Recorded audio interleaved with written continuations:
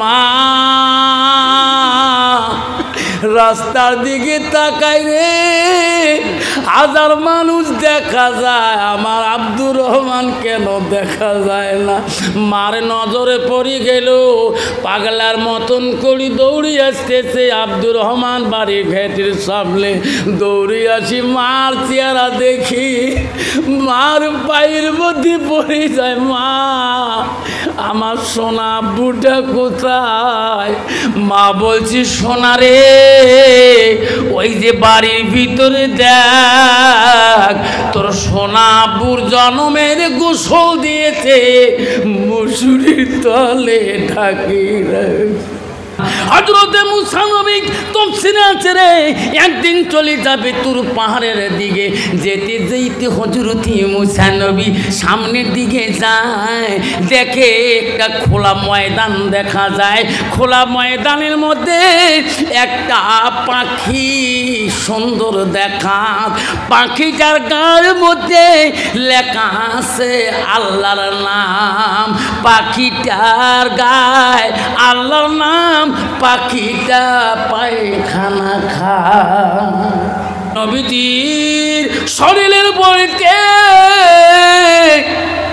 লগুলটা ফেটে গেছিল, ফেটে যে রক্তগুলা গোসলের পানি দিয়া হরে ঝর্ণার মতন করে চলে যায়। নবী বলে, আয়েশা রে, ও আয়েশা, আমি নবী জীবনে কত গোসল করছিলাম, আমার গোসলের পানিতে কোনো দিন রক্তর ঝর্ণা দেখি নাই। আয়েশা, আজকে কেন আমার গোসলের পানিতে এত রক্তর ঝর্ণা? আমাকে বলে, হুজুর দোয়া করেন। কেন বাবা? বাবা কথা বলবে না, সাইলেন্ট। আমাকে বলছে, হুজুর দোয়া করেন। বাবা, আলেমরা আর উলামা আসাদুল আমি আলেম সবার জন্য দোয়া করে, ঠিক নেই? ঠিক বাবা। আল্লাহ রসুল বলছিলেন, আলেমরা যখন তাই কবে তার কাছে দোয়া করবে, আলেমরা কাছে দোয়া চালিয়ে দোয়া দিয়ে দিবে। কিন্তু বাবা এক লোক আসে বলছে, হুজুর দোয়া করেন। হ্যাঁ বাবা, আমি দোয়া করব। কিসের দোয়া করব?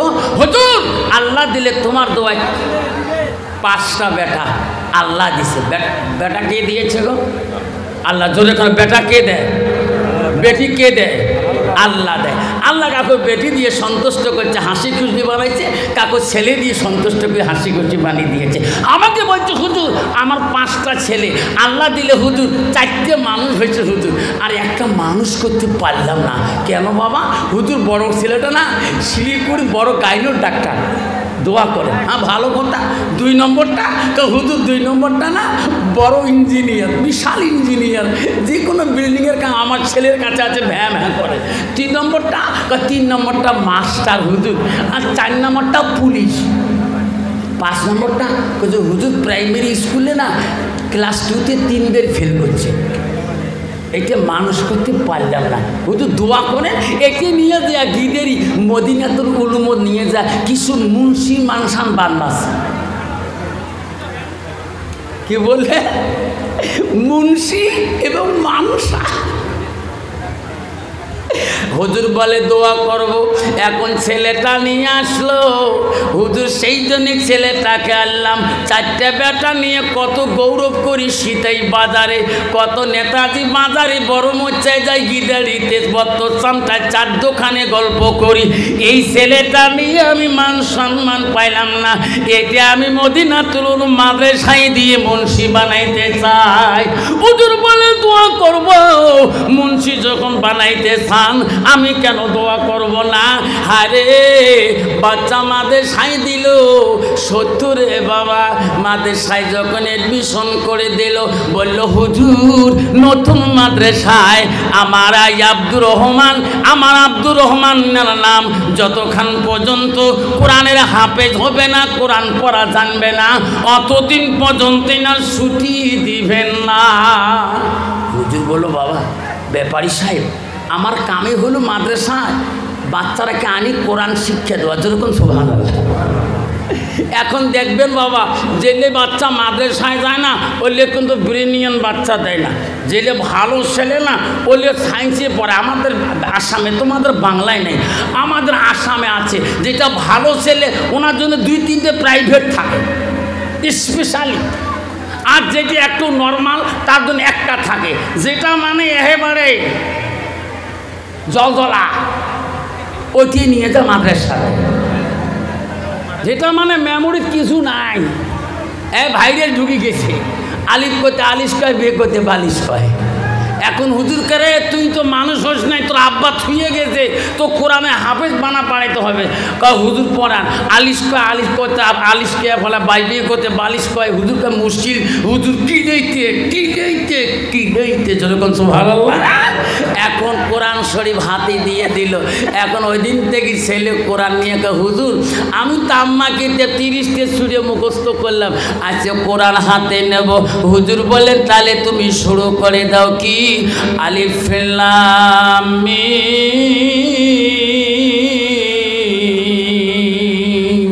সুবহানাল্লাহ। কোরআন শরীফ পড়া শুরু করলেন। আব্দুর রহমান 1 পারা 2 পারা করে কোরআন পড়ে মুখস্থ দেয়। 3 পারা মুখস্থ হয়, 5 পারা মুখস্থ হয়। সব বন্ধু বাড়ি যায়, কিন্তু আব্দুর রহমান হুজুরকে বলে, হুজুর সব বন্ধুরা বাড়ি যাইতেছে, আমাকে ছুটি দিবেন না? না না, তোর বাবা ওয়াদা দিয়ে গেছে, যতদিন তুমি কোরআনের হাফেজ হবি না ততদিন পর্যন্ত এই মাদ্রাসায় তোর ছুটি হইবে না, এই মাদ্রাসায় থাকতে হবে। বাবার কথা মান্য করতে পারে না, উস্তাদের কথা মান্য করতে পারে না। 1 পারা না, 2 পারা না, 15 পারা যেদিন মুখস্থ দেয়, আল্লাহ বলে, ওরে আজরাইল যা যা, আজকে ব্যাপারী এত আরামে খেয়ে ঘুমাইছে, আদরের ছেলেটার কথা খেল নাই। যারে আজরাইল তোর জানটা আজরাইলে যা, ব্যাপারীর জানটা কাবাজ করে নিয়ে আয়। সকালবেলা খবর হয়ে গেল, ডাক্তার খবর পেল বাবা হাতের মধ্যে হার্ট অ্যাটাক হয়ে মারা গেছে, ঘুমের ঘরে মারা গেছে। ডাক্তার প্লেন দিয়ে আসলো বাগডোগরায়, ইঞ্জিনিয়ার আসতেছে সুপার গাড়িতে, আরে পুলিশ আসছে ট্রেনে, মাস্টার তো বাড়ির সামনে।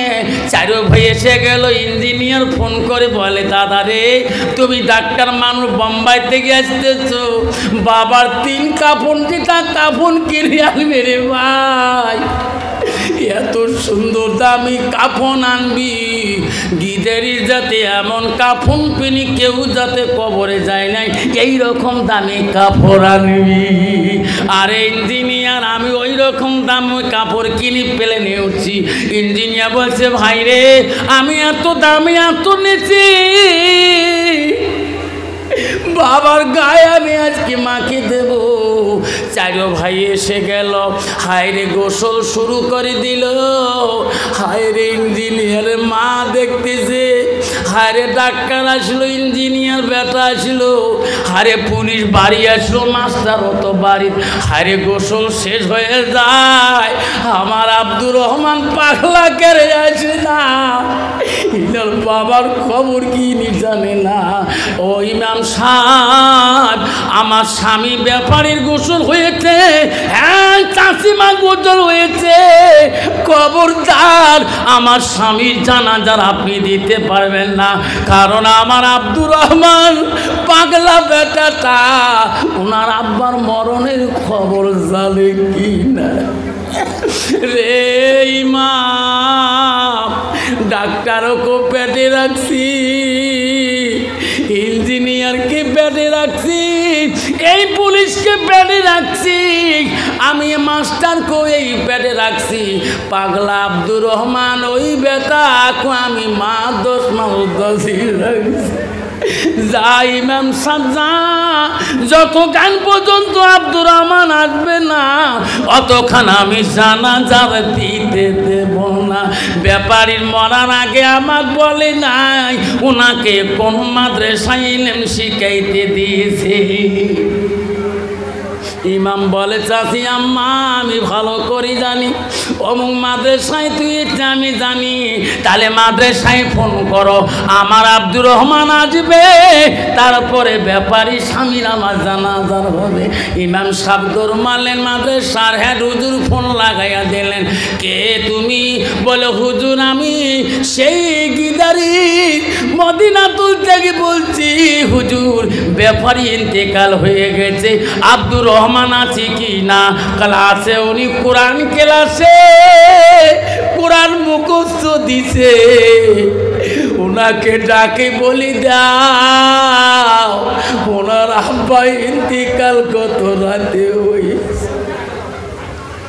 ও হুজুর ওনাকে মৃত্যুর কথা বলবেন না, ওনার বাবার মৃত্যুর কথা বললে ছেলেটা বাড়ি আসতে পারবে না, আপনারা হুজুরা যে কোনো বুদ্ধি করি ছেলেটাকে পৌঁছে দাও, ওনার জানাজার উনি না সে পর্যন্ত হবে না।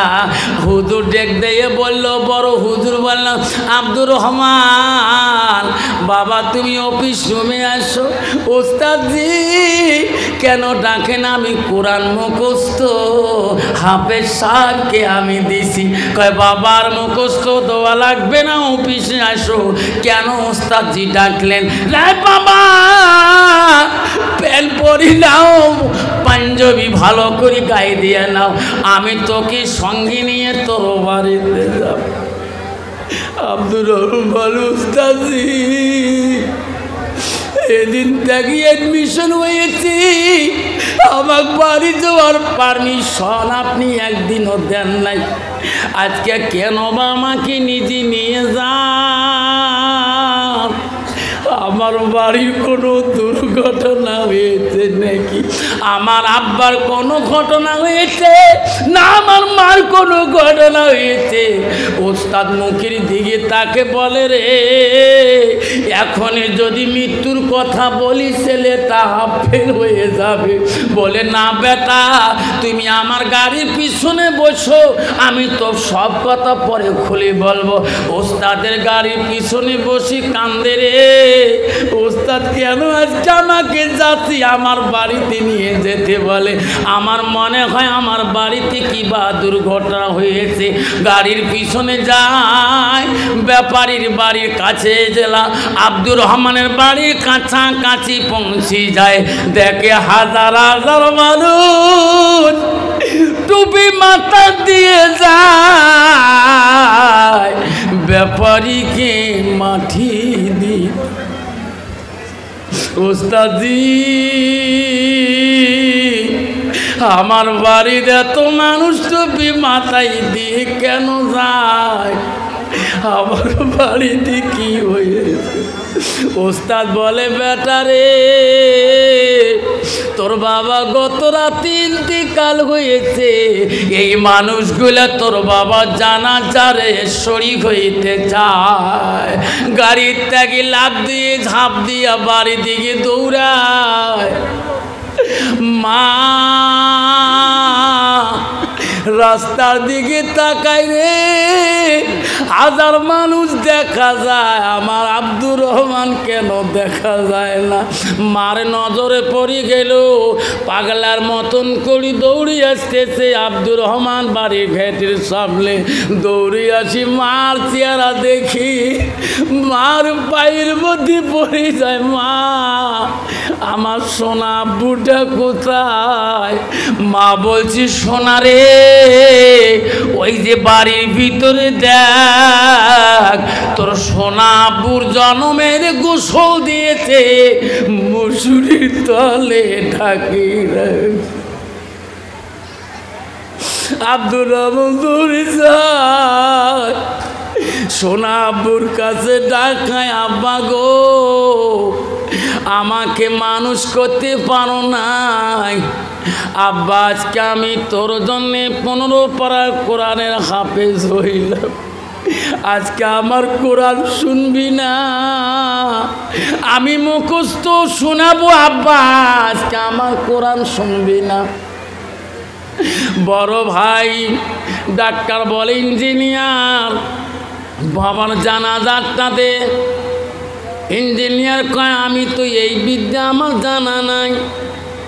ইঞ্জিনিয়ার বলে ভাই ডাক্তার তোর ব্রেন বেশি রে, তুই জানাজাটা দে। ডাক্তার বলে আমার এই সাবজেক্ট তো জীবনে পড়া নাই। ডাক্তার বলে পুলিশ রে তুই দিয়ে দেখ। পুলিশ কয় আমি তো জীবনে এই এলেম আমার শিখি নাই। পুলিশ বলে রে মাস্টার ভাই তোর জন্যে বাবা কত টাকা ঘুষে মুছে চাকরি নিয়েছে, তুই জানাজাটা দে। মাস্টার বলে আমি তো পারবো না। আব্দুর রহমান তখন জবাব দেয় ভাই রে তোমার চারি ভাইয়ের বিদ্যা নিয়ে আব্বা প্রশংসা করেছে, আজকে তোমার দ্বারার মতন বিদ্যা তোমার কাছে নেই। তোমরা চারি ভাই আমার পিছনে দাঁড়িয়ে যাও, আমি আবার শোনা আব্বুর জানাজার আমি দিয়া। আব্দুর রহমান দাঁড়ে গেল, আল্লাহু আকবার বলি তাকবীর দিল। কান্দের মাবুদ আমার আব্বা যতটুকু ইলম শিখাইছে তার বিনিময় আমি তোর কাছে কিছু চাই।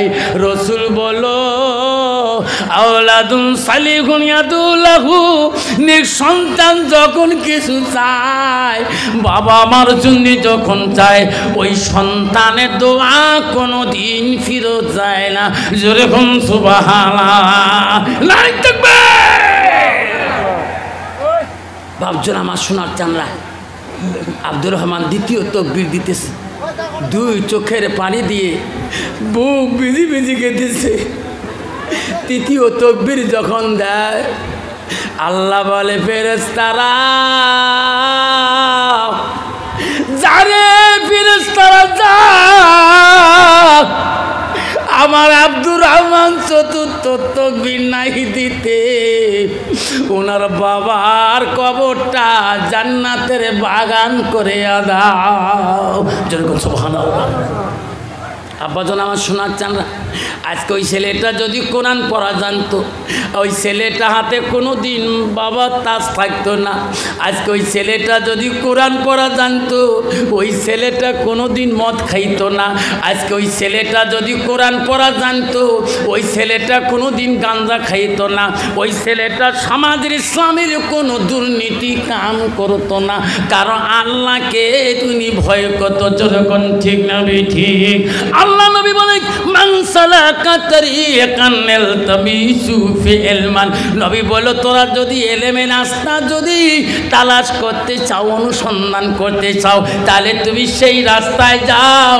রাসূল বলল সাল্লাল্লাহু তারিকান ইলাল জান্নাত, তাহলে সেই রাস্তায় গেলে তোদের জন্য জান্নাত হয়ে যাবে। যেরকম সুবহানাল্লাহ নাই তাকবীর। আব্বাজান আমার আবারে শোনাচ্ছেন আপনাদের কষ্ট হয় নাকি বাবা? কষ্ট হয়, যেরকম কষ্ট হয় নাকি? আবারে আল্লাহর কাছে এমন একজন নবী ছিল, আল্লাহ সেই নবীটার নাম ছিল হযরতে মুসা আলাইহিস সালাম, যার সাথে আল্লাহর সাথে মুসা নবী তর্ক বিতর্ক করেছিলেন। আল্লাহ মুসা নবীর কথা আল্লাহ রাগ করতো না। যেরকম সুবহানাল্লাহ। হযরতে মুসা নবী তাফসীরে আছে রে, একদিন চলে যাবে তুর পাহাড়ের দিকে, যেতে যেতে হযরতে মুসা নবী সামনের দিকে যায়, দেখে একটা খোলা ময়দান দেখা যায়। খোলা ময়দানের মধ্যে একটা পাখি সুন্দর দেখা, পাখিটার গায়ের মধ্যে লেখা আছে আল্লাহর নাম। পাখিটার গায়ে আল্লাহর নাম, পাখিটা পায়খানা খায়। মুসা বলে মাবুদ তোর নাম পবিত্রতা, পাখিটা কেন পায়খানা খায়? আল্লাহ বলে মুসা রে পাখিটার গায়ে আমার নাম, পাখিটা পায়খানা খায়। ও মুসা তার জন্য তুমি টেনশন করো না, আবার সামনের দিকে চলে যাও, আগে যাও, আবার কিছু দেখতে পারবা।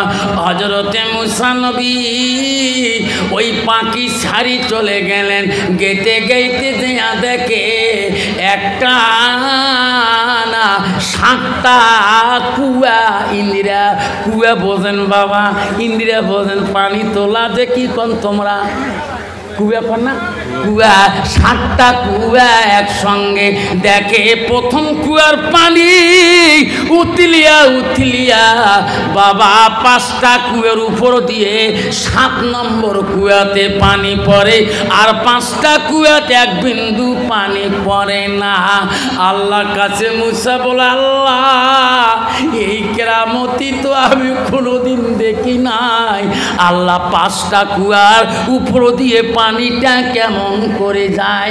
আল্লাহ বলে, ওরে মুসা আমি এটাও তোমাকে ও মুসা রে বুঝিয়ে দেব।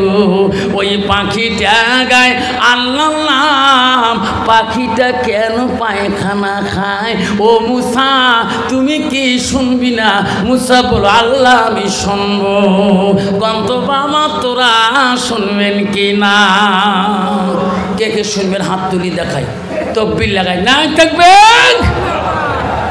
ও মা বোনেরা, ও আমার গিটারের মা বোনেরা শুনে রাখো মা, আল্লাহ রসুল কি বলল? মাতা বালাহা, নবী বলল কোনো একটা নারী যদি স্বামীকে ভালোবাসে, রসুল বলল ওয়া জাউজুহানাহা, ওই স্বামীটা যদি তার কাছে টাকার সাথে বিবিতে এসে যায়, তার কাছে একটা মুস্কি হাসি দেয়, আল্লাহ রসুল বলে দাখালাতুল জান্নাত, সেই নারীটার জন্য আল্লাহ একটা জান্নাত দিয়ে দেয়। যেরকম সুবহানাল্লাহ। কত বাবা বর্তমান যুগের নারী স্বামী বাড়িতে আসলে স্বামীর কাছে কোনোদিন মুস্কি হাসি দেয়? হাসি মারাসিস, হাসি কয় বুঝান, বলে কে কালকে গিদের ঈদ মদিনাতুল উলুম সভা হয়েছে, জলসা হয়েছে, বুঝান তুমি যাও নাই? বলে হ্যাঁ আমি গেছি তো। আফসার মাওলানা বলছিল যে স্বামী বাড়িতে আসলে স্বামীর দিকে তাকে একটা মুস্কি হাসি দিলে স্বামী যদি খুশি হয়ে যায়, আল্লাহ রসুল হাদিসে বলছে দাখালাতুল জান্নাত, সেই নারীটার জন্য একটা জান্নাত ওয়াজিব হয়ে যায়। যেরকম সুবহানাল্লাহ। বুঝান তাহলে কালকে ভাইজনের সাথে হাসিয়ে একটা মুস্কি হাসি দিছে না? জলসায় যাস নাই? হ্যাঁ গেছি তো। তোর ভাইজন ছিল পুরুষের প্যান্ডেলত, আমি ছিলাম মহিলার প্যান্ডেলত। উনি থাকে 3 নম্বর 3 তলায়, আমি থাকি নিচতলায়। কথাবার্তা নাই না, 6 মাস থেকে কথা বলি না। ওনার মতো উনি চলে, আমার মতে আমি চলি। তাহলে তো বয়ান শুনি কি হলো? বলে কে আমি কেন যাচ্ছি কথা বলবো? হুজুর বলছি দেখি যাচ্ছি কথা বলবো। আমি কোন বংশের মেয়ে আমার স্বামী জানে? আমার 14 গোষ্ঠী চেনে উনি। আমার মা কম দোয়ানি ছিল, আমার বাপ মরি কিছু, তবু মোর মা আও কোন বাপের সাথে আও করে তারে বেটি মুই আছে না। মা যদি ভালো হয়, মা যদি ভালো হয় মেয়ে ভালো হবে, মেয়ে যদি ভালো হয় রে মা ভালো হবে, মাস্টার যদি ভালো হয় ছাত্র ভালো হবে, ছাত্র যদি ভালো হয় রে মাস্টার ভালো হবে, ইডি যদি ভালো হয় ফার্মা ভালো হবে, ফার্মা যদি ভালো হয় রে ইডি ভালো হবে। এমন জাতের কচু আছে অল্প জালে সিদ্ধ হয়, এমন জাতের কচু আছে অল্প জালে, এমন জাতের কচু আছে অল্প জালে সিদ্ধ হয়, এমন জাতের মেয়ে আছে অল্প কথায় বুঝিয়া পায়, এমন জাতের কচু আছে অল্প জালে সেজে না, এমন জাতের মেয়ে আছে অল্প কথায় বোঝে না। যেরকম ঠিক না বেঠি? কেন বাবা ওই মেয়েটা কেন বোঝে না? কারণ মেয়েটার ভিতরে এলেমের অভাব। ওই ওই মেয়েটা যদি কোরআন পড়ে জানতো, ইজরাত জানাতকে নষ্ট করতো না, নিজের চরিত্রটাকে নষ্ট করতো না। মা তোমার স্বামী আছে মা, তুমি স্বামীর কাছে বলবা, গল্প করবা, যত গল্প করবা। মা গো শুনি রাখো, নবীজির স্ত্রী ছিল মা, প্রথম ভেবেছিল মা হযরতে খাদিজাতুল কুবরা। মা নবীজির প্রথম স্ত্রী ছিল হযরতে খাদিজাতুল কুবরা, দ্বিতীয় স্ত্রী ছিল মা, ও মা তার নাম ছিল হযরতে সাউদা রাদিয়াল্লাহু তাআলা আনহা। মা রে নবীজির তৃতীয় বিবি ছিল হযরতে মা আয়েশা সিদ্দিকা রাদিয়াল্লাহু আনহা। মা চতুর্থ বিবি ছিল হযরতে জয়নব রাদিয়াল্লাহু তাআলা আনহা। মা পঞ্চম বিবি ছিল হযরতে হাফসা রাদিয়াল্লাহু তাআলা আনহা। মা রে নবীজির ৬ নম্বর বিবি ছিল হযরতে উম্মে হাবিবা। নবীজির ৭ নম্বর বিবি ছিল হযরতে উম্মে সালমা। নবীজির ৮ নম্বর বিবি ছিল হযরতে সুফিয়া। নবীজির ৯ নম্বর বিবি ছিল হযরতে রায়হানা। নবীজির ১০ নম্বর বিবি ছিল হযরতে সুমাইয়া। নবীজির ১১ নম্বর বিবি ছিল হযরতে মারিয়া। নাই থাকবে মা বোনেরা আমার, কেন মা তোরা বোঝো না? নবীজির যত বিবি ছিল মা, নবীজি বাড়ি আসার সাথে সব বিবিরা কাজের মধ্যে ব্যস্ত থাকতো। নবী এসে দেখে সবাই কাম করতেছে। কন্ত বাবা বর্তমান যুগে তার ৩টে ২টে বিবি আছে, কন্ত বাবা বেসা বাড়ি আসি কোনো ঢাপ ডুব দেখে নাকি? দেখে বাড়ি আসি দেখে বাড়ির মধ্যে জাল ফেলাইছে, ধরছিল ঠিক। বেসরা মনে করছেন রহিমউদ্দিন বিয়ে করি বোঝায় ৩টে বউ করছে, একজন মাথা টেপে, একজন ঠ্যাং টেপে, একজন বোঝা কোমর টেপে। খবর করি দেখো ওই বাড়ি ঢুকতে সাহস না পায়, যখন ঠিক না ঠিক। আল্লাহ রসুল বাড়ির দিকেই দেখছিলেন, যে দেখেন সব বিবিরা কাজে ব্যস্ত, হযরত আয়েশা সিদ্দিকা কোনো কাজে ব্যস্ত নাই। আল্লাহ রসুল আয়েশাকে খুব ভালোবাসছিলেন। আয়েশাকে একটা আস্তে করে ডাক মারলেন, আয়েশা সবাই কাজের মধ্যে ব্যস্ত আছে, তুমি কেন কাজ করো না? বলছে হুজুর আমিও কাজ করব। আমি কেন কাজ করি না? হুজুর তোমার অপেক্ষা আছে, আপনি আসলে আমি কাজটা করে নেব। হুজুর আমি এখন কাজে শুরু করি নাই। নবী বলল তুমি কি কাজ করবা? আয়েশা বলল হুজুর আমি একটা কাজ আজকে তোমার কাছে খুঁজি নিয়ে করব। নবী বলল কি কাজ? তুমি খুঁজি চাও আমার কাছে? হুজুর সেই কাজটা যদি দেন আমি আয়েশা আমি প্রাণ ভরে সেই কাজটা আজ বাড়ির করব। নবী বলে আয়েশা রে কি কাজ? বলছে হুজুর আমার আয়েশার মনটা চায় আমার হাত দুইটা দিয়া আমি তোমার গোসল করি দেওয়া কাজটা চাই।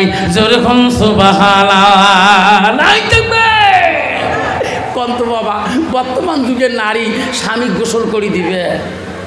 গোসল মারাছিস, গোসলের পানি পায় মুশকিল, তোমার দিতেই বোঝা। মা নবী বললেন আয়েশা রে আমাকে গোসল করে দিতে চাও? হ্যাঁ হুজুর। আয়েশা তোমার ভালো লাগবে? হ্যাঁ। আপনি যদি পারমিশন দেন হুজুর আজকের মনটা চায় আমি নিজ হাত দিয়ে গোসল করে দেব। নবী বলে আয়েশা রে আমি বারণ করতে পারি না, যাও যাও তুমি যদি গোসল করে দিতে চাও আমি বাধা করব না, যাও তুমি দাও। হযরতে মা আয়েশা বড় আনন্দ হয়ে গেল, আমার রাসূল আমাকে পারমিশন দিয়েছে রে। আয়েশা দৌড়ি দেয়া 2 মস্ক পানি আনলেন, আনিয়া জল চৌকির উপরে রসুলকে বসে দিলেন। আল্লাহ নবীকে আয়েশা গোসল দিবে, কত আনন্দ, কত হাসি, কত মুস্কি মুস্কি মুস্কি আয়েশা হাসে আর বলে আল্লাহ আমি আয়েশা বড় ভাগ্যবতী নারী। যেরকম সুবহানাল্লাহ। কত বাবা বর্তমান যুগের নারী স্বামী যদি গোসল দিয়ে গা ওখান কসলে চাই ভাগ্যবতী মনে করে, কয় বু তুই কয় মোড়ে মরণ কে এলাও গা ঘষে দেওয়া হয়, ঠিক না ঠিক? মা তুমি কার গাও ঘষে দিতে চাও?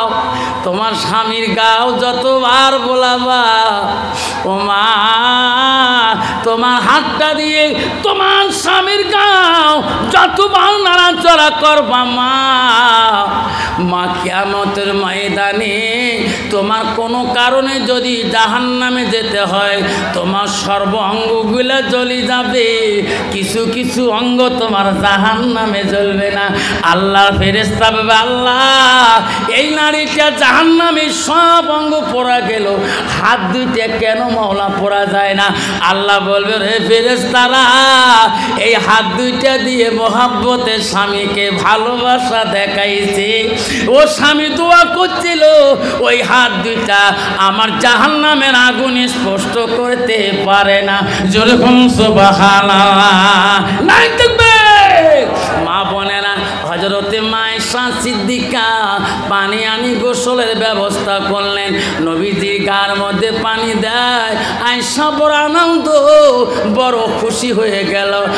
গার পানিগুলা জলচকি থেকে নবীর ওই মাটির দিকে বয়ে বয়ে যায়, পানিগুলা যায় পরি মাটি নরম হয়ে যায়। আয়েশা আনন্দে আনন্দে গোসল দেয়, হারে জলচকির পায়া বসিয়ে যায়, মাটি নরম হয়ে সামনে বসি দাবিয়ে যায়।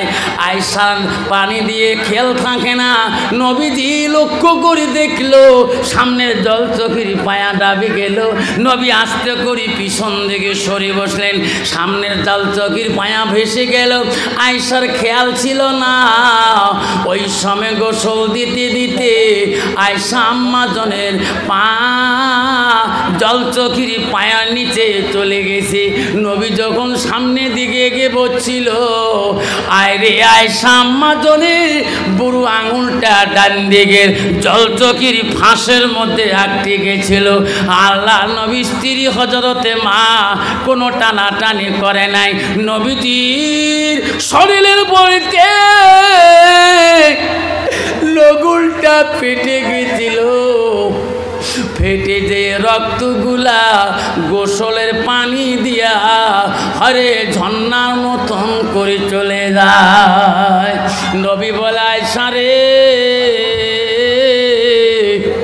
ও আয়েশা, আমি নবী জীবনে কত গোসল করছিলাম, আমার গোসলের পানিতে কোনো দিন রক্তর ঝর্ণা দেখি নাই। আয়েশা আজকে কেন আমার গোসলের পানিতে একটু রক্তর ঝর্ণা? হযরতে আয়েশা কথা বলে না, বারবার নবী বলে আয়েশা রে আমার গোসলের পানিতে এত কেন রক্তর ঝর্ণা দেখা যায়? আয়েশা যখন কথা বলে না, নবীজি আয়েশার মুখের দিকে তাকিয়া কথা বলে, দেখে আয়েশা আম্মা জনের দুই চোখের পানি দিয়ে বুক ভিজে যায়, তবু রাসূলুল্লাহকে গোসল দেয়। নবী বলে আয়েশা রে তুমি কাঁদছো কেন? বল তুমি না নিজে গোসলের দায়িত্ব নিলা, আমি জোর করি তোকে দায়িত্ব দেই নাই, তুমি নিয়ে কেন কাঁদছো? তখন আয়েশা বলছে হুজুর আমি কেন কান্দি আপনি জানেন না? না হুজুর আপনার জীবনে গোসলের দিতে কোনোদিন গোসলের পানিতে রক্ত দেখিয়েছেন না? দেখি নাই। আজকে এটা কোন রক্ত যায় আপনি জানেন কি না? আমি জানি না। হযরতে আয়েশা বলে হুজুর তোমার জলচকির পায়ের নিচে আমার ডান দিকের বুড়ো আঙুলটা ফাঁসি আছে, তোমার শরীরের বড়িতে আমার আঙুলটা ফেটে যে রক্তগুলা আমার শরীরের তোমার গোসলের পানিতে ঝর্ণা হয়ে গেছে। নবী বলে আয়েশা রে এত কেন তুমি কেন বলো নাই? তোমার শরীরের এত রক্ত কেন তুমি কুরবানি করলে? ও আয়েশা তুমি এতক্ষণ আমাকে বললে আমি লাফ দিয়ে উঠি দাঁড়াইতাম, কেন বললি না? হযরতে আয়েশা বলল হুজুর আমার বুড়ো আঙুলের রক্ত তো দূরের কথা, তোমার ভালোবাসায় তোমার মহব্বতে ওগো নবী আমার বুকটা যদি তোমার চিপার মধ্যে পড়িয়া যায়, আমার জীবনটাও যদি চলে যায়, তবু আমার জবান দিয়ে তোমাকে শব্দটাও আমি করব না। যেরকম সুবহানাল্লাহ।